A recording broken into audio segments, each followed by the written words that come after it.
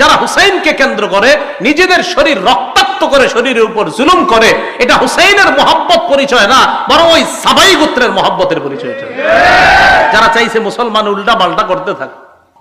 আমিরে মুআবিয়া যখন মুমূর্ষ অবস্থা, চিন্তা করলেন কি করা যায়। ওই যে মুসলমানদের খলিফা নির্বাচনের পদ্ধতি চারটার একটা হলো পরবর্তী খলিফার নাম ঘোষণা করা।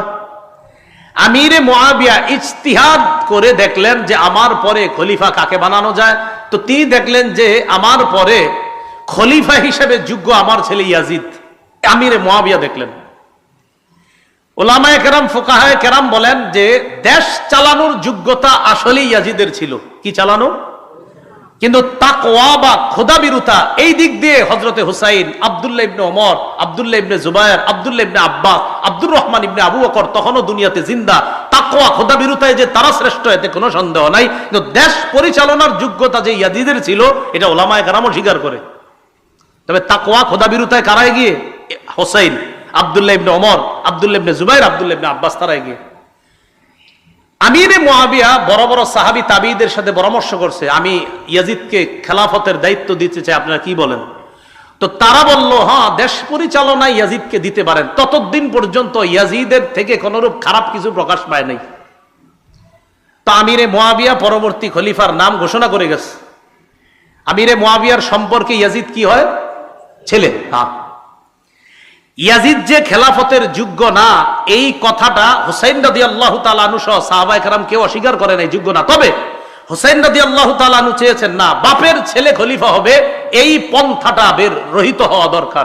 এটা যদি প্রতিষ্ঠিত হয় তো দুনিয়াতে দেখা যাবে বাবার অযোগ্য ছেলেরাও খলিফা হওয়া শুরু হবে। এটা হুসাইন রাদিয়াল্লাহু তাআলা আনহু ছিলেন না, বাপের ছেলেই খলিফা হতে হবে, এই নিয়ম পদ্ধতিটা এটা দুনিয়া থেকে উঠে যাওয়া দরকার। এটা না উঠলে খালি বাপের ছেলেরা যদি খলিফা হতে থাকে অযোগ্যরাও খলিফা হয়ে যাবে। এটা হুসাইন রাদিয়াল্লাহু তাআলা আনহুর চিন্তা, সঠিক চিন্তা। ইয়াজিদকে খলিফা নাম ঘোষণা করার পর 60 হিজরির 4 রজব আমিরে মুআবিয়া রাদিয়াল্লাহু তাআলা ইন্তেকাল করলেন, দুনিয়া থেকে বিদায় নিলেন। আমিরে মুআবিয়া ইন্তেকাল করছে যেদিন, সেদিন তখন তার ছেলে ইয়াজিদ, তখনও তিনি দামেস্কে ছিলেন না। তিনি তার বাবার মৃত্যুর সংবাদ পেয়ে আসতে আসতে দেখে জানাজা হয়ে অলরেডি আমিরে মুআবিয়াকে দাফন করাও হয়ে গিয়েছে। বাকি এতটুকু জানছে যে তাকেই খলিফা হিসেবে নাম ঘোষণা করে গেছে। ইয়াজিদ খলিফা হওয়ার পর চারদিকে চিঠি পাঠাইতে লাগলো, মোটামুটি সবাই আস্তে আস্তে তার খেলাফত মেনে নিতে লাগলো। প্রায় আপনার বড় বড় সাহাবীরাও তার খেলাফত মেনে নিতে লাগলো। তবে মক্কা এবং মদিনায় যারা আছে এদের মধ্যে বড় বড় কিছু সাহাবা তার খেলাফত মেনে নিচ্ছে না। হুসাইন রাদিয়াল্লাহু তাআলা আনহু ইয়াজিদ যে খলিফা হিসেবে অযোগ্য এটা উনি অস্বীকার করে না। তবে ইয়াজিদের খেলাফত প্রতিষ্ঠিত হয় নাই পরিপূর্ণভাবে, এটা হুসাইন রাদিয়াল্লাহু তাআলা আনহুর দাবি। এবং তার দাবি হলো না, বাপের ছেলেই খলিফা হওয়া, এই পন্থাটা, এই পদ্ধতি দুনিয়া থেকে রহিত করতে হবে। এই জন্য হুসাইন রাদিয়াল্লাহু তাআলা আনহুর সোজা কথা, ইয়াজিদের খেলাফত আমি মানি না। আব্দুল্লাহ ইবনে আব্বাসও মানেন নাই, আব্দুল্লাহ ইবনে ওমর মানেন নাই, আব্দুর রহমান ইবনে আবু বকর তিনিও মানেন নাই, আব্দুল্লাহ ইবনে জুবায়ের তারা কেউ মানেন নাই। এতটুকু বুঝে আসছে? ইয়াজিদ চিন্তা করলো, আমারে সারা দুনিয়া যদি খলিফা মানে আর এই বড় বড় 5 সাহাবী যদি না মানে তো আমার তেমন কোনো ভ্যালু থাকবে না।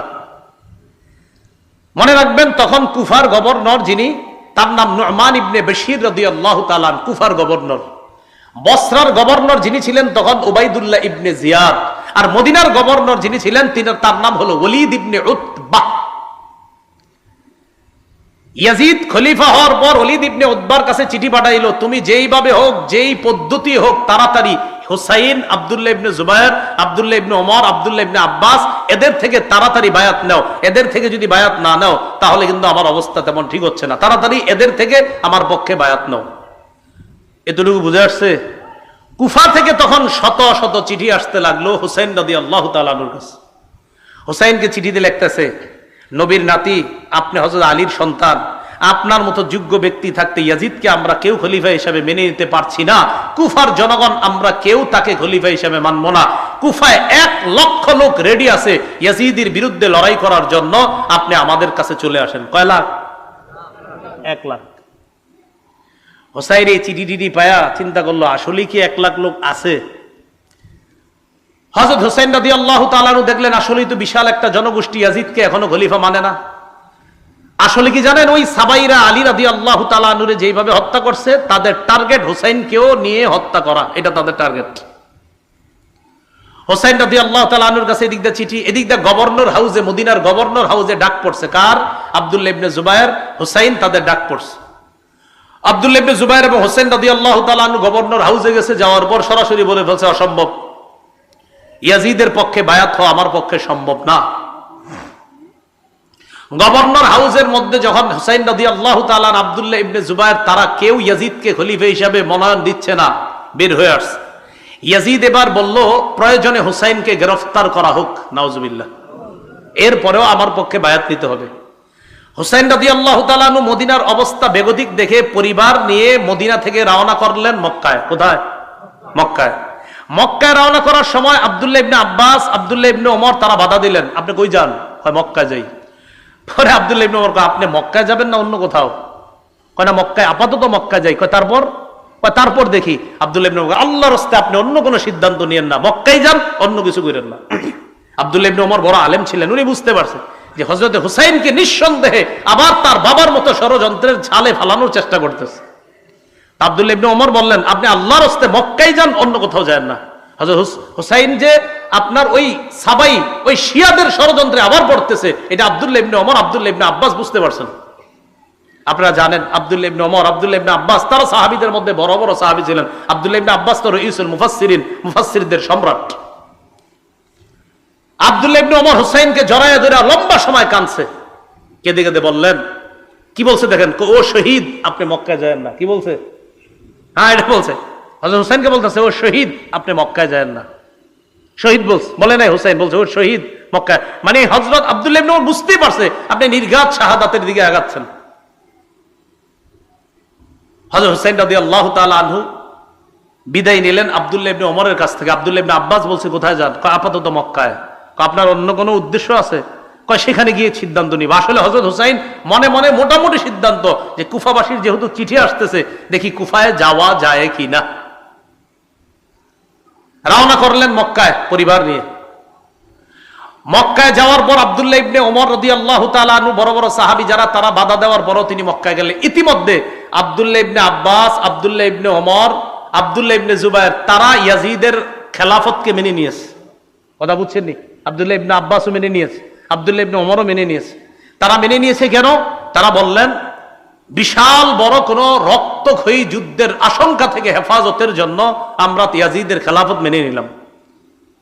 এরা খেলাফত মেনে নেওয়ার পর হুসাইন রাদিয়াল্লাহু তাআলা আনহু যখন মক্কায় গেলেন, মক্কায় আরো চিঠি আসতে থাকলো, প্রচুর চিঠি।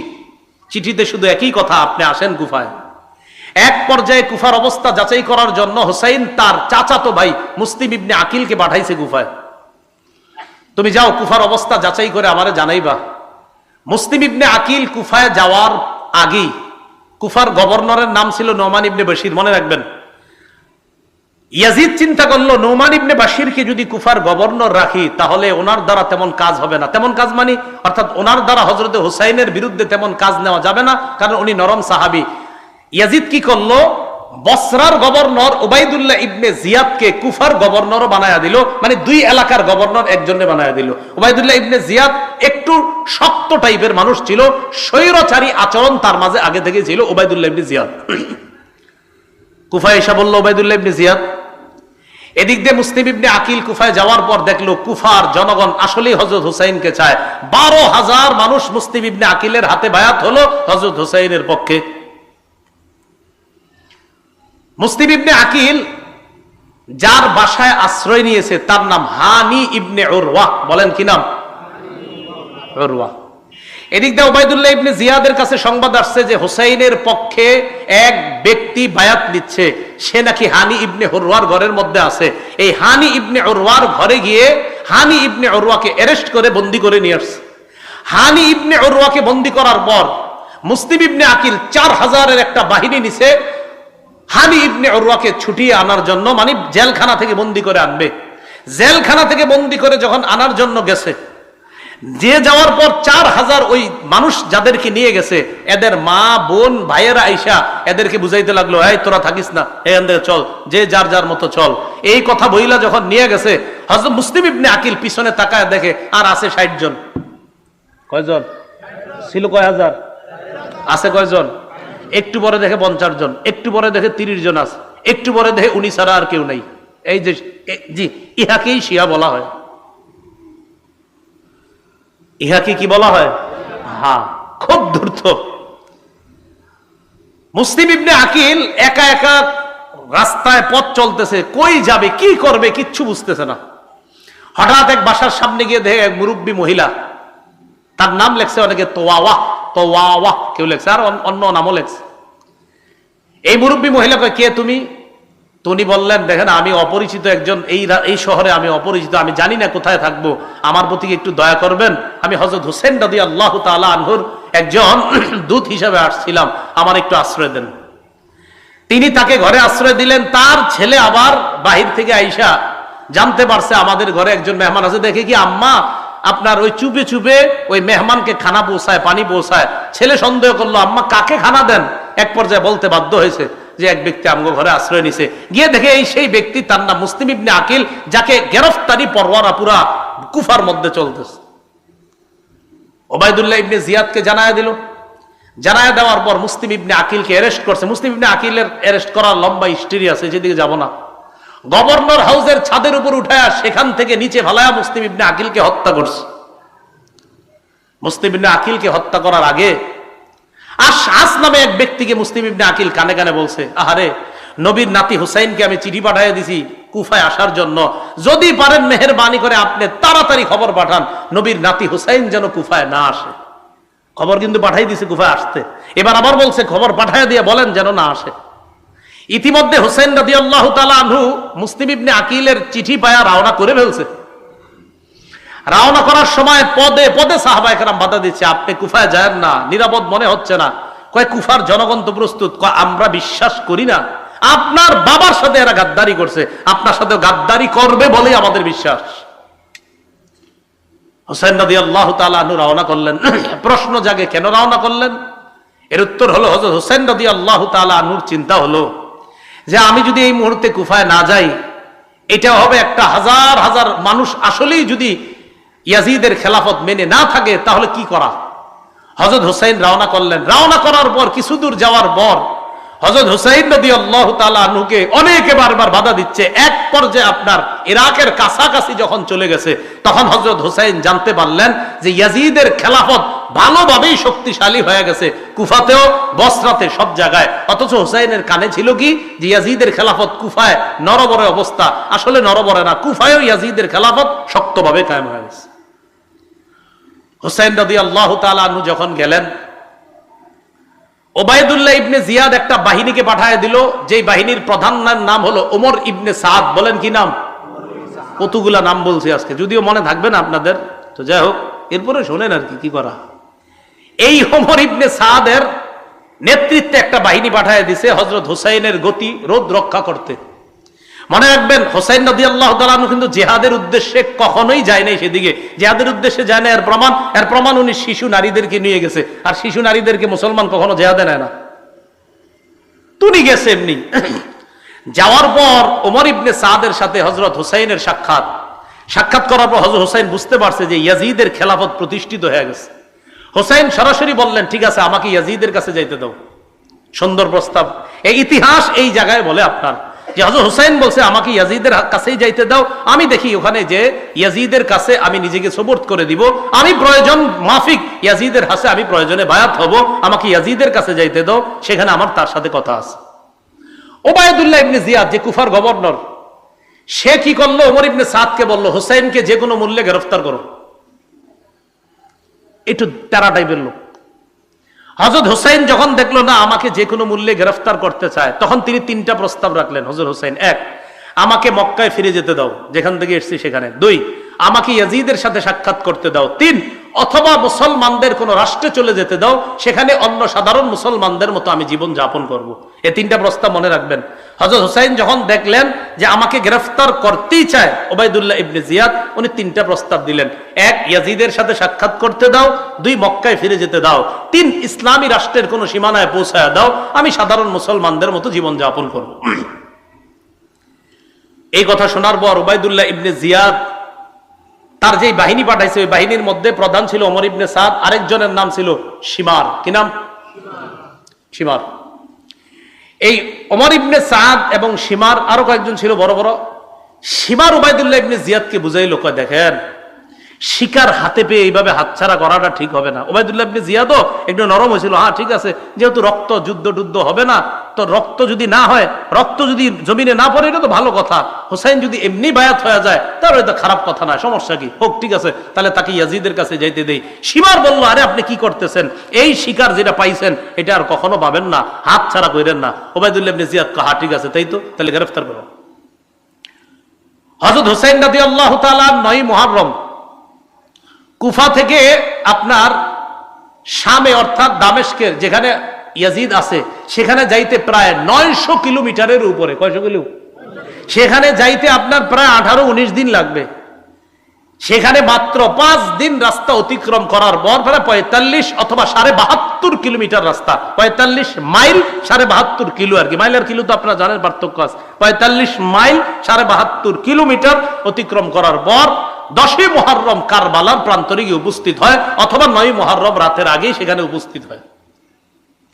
উপস্থিত হওয়ার পর ওমর ইবনে সাদের নেতৃত্বে সেখানে তাদের দলবল রেডি। হযরত হুসাইনের সাথে মাত্র 72 জন। হুসাইন রাদিয়াল্লাহু তাআলা আনহু বুঝতে পারলেন যে আমাকে কোনোভাবে ইয়াজিদের কাছে আর যেতে দেওয়া হবে না। 10ই মুহররম সকালবেলা ফজরের নামাজ, এই নামাজে ওমর ইবনে সাদ তার নেতৃত্বে দলবল নিয়ে উপস্থিত ফজরের নামাজ পড়লো। কোন কোন বর্ণনাকারী ঐতিহাসিকরা লেখছে এরাও হযরত হুসাইনের ইমামতিতে ফজর পড়ছে। হুসাইন ইমামতি করছে, ওই বিরোধী দলও তারা হযরত হুসাইনের ইমামতিতে নামাজ পড়ছে। কারবালার প্রান্তরে ফজরের নামাজের পর যুদ্ধের ঘোষণা হলো। এর আগের দিনের রাতের ব্যাপারে ঐতিহাসিকগণ কিছু কথা লেখছে। হযরত হুসাইন তাঁবুর মধ্যে ঘুমায় কিছু স্বপ্ন দেখছে, তার বোন পাশে ছিল। স্বপ্ন দেখার পর হঠাৎ উঠে উঠছে, বোন জিজ্ঞাসা করছে ভাইজান কি হয়েছে? হযরত হুসাইন বললেন কিছু না। আবার বলছে কি হয়েছে? তো বললেন অচিরে আমি আমার নানার সাথে সাক্ষাৎ করব, অচিরে আমি আমার নানার সাথে সাক্ষাৎ করবো, ইত্যাদি আরো অনেক স্বপ্নের কথা লেখছে। বোন কান্না শুরু করছে। হুসাইন বললেন সাবধান, আমি ইন্তেকালের পর তোমরা আমারে নিয়ে মাতম করবা না। কি করবা না? বলেন জোরে, কি করবা না? কি করতেছেন? আসলে হুসাইন বলতেছে সাবধান, আমি ইন্তেকালের পর এই সমস্ত কিছু করবা না। বোন রে বলতেছে হুসাইন। তো হুসাইনের অনুসরণ দাবি কইরা হযরত হুসাইনের অনুসরণ যদি করেন যে আমরা তার আশেক দাবি করে উল্টা পাল্টা যদি তাকে কেন্দ্র করে আমরা করি, এটা হযরতে হুসাইনের প্রতি মোহাব্বত হবে না, এটা বরং ওই সাবাই গোত্র যে মিশন বাস্তবায়ন করতে চেয়েছে ওই মিশন বাস্তবায়নের একটা প্রতিফলন এই যুগেও ঘটে। যারা হুসাইনকে কেন্দ্র করে নিজেদের শরীর রক্তাক্ত করে, শরীরের উপর জুলুম করে, এটা হুসাইনের মোহাব্বত পরিচয় না, বরং ওই সাবাই গোত্রের মোহাব্বতের পরিচয়। যারা চাইছে মুসলমান উল্টা পাল্টা করতে থাকে, নিজের বোনকে বলছে সাবধান, কান্নাকাটি করবা না। আপন বোনকে বলে দিচ্ছে এগুলো করবা না, আমার ইন্তেকালের পর উল্টা পাল্টা কিছু করবা না। একদম স্পষ্ট আল বিদায় নেহার বর্ণনা। 10ই মুহররম কারবালার প্রান্তরে লড়াই শুরু। লড়াইয়ে আপনার নু'মান ইবনে বশীর রাদিয়াল্লাহু তাআলা আনহু সেখানে এসেছিলেন। না, নু'মান ইবনে বশীর না, আপনার ওই প্রান্তরের মধ্যে হুর ইবনে জিয়াদ তিনিও এসেছিলেন। এই হুর ইবনে জিয়াদ যখন দেখলেন নবীর নাতির বিরুদ্ধে আমরা অস্ত্র উঠেই দিয়েছি, অনেক মায়া লেগে গেছে, তিনি জোরে একটা চিৎকার দিলেন, এই তোমরা কার বিরুদ্ধে লড়াই করতেছো? এ তো মুহাম্মদ সাল্লাল্লাহু আলাইহি সাল্লামের নাতি। উনি তার দল ছেড়ে হযরত হুসাইনের দলে যোগ দিছে কয়েকজন নিয়ে। তো তিনিও লড়াই করতে করতে শহীদ হয়ে গেছে। হযরত হুসাইনের সাথে যারা ছিল আস্তে আস্তে সবাই শহীদ হয়ে গেছে। হযরত হুসাইনের সন্তান আব্দুল্লাহ, আরে নাবালেগ শিশু বাচ্চা, এই বাচ্চাটাকে শহীদ করে দেওয়া হয়েছে। হযরত হুসাইন একা কারবালার প্রান্তরে। কারবালায় হযরত হুসাইন যখন একা, বিপরীত পক্ষ সৈন্য যারা, তাদের মাঝে কেউ সাহস করতেছে না হযরত হুসাইনকে হত্যা করার জন্য। হযরত হুসাইনের ব্যাপারে ঐতিহাসিকগণ লেখছেন উনি যখন একা লড়াই করতেছিলেন মনে হচ্ছিল যেন হাজারো যোদ্ধার শক্তি নিয়ে লড়াই করতেছিলেন একা।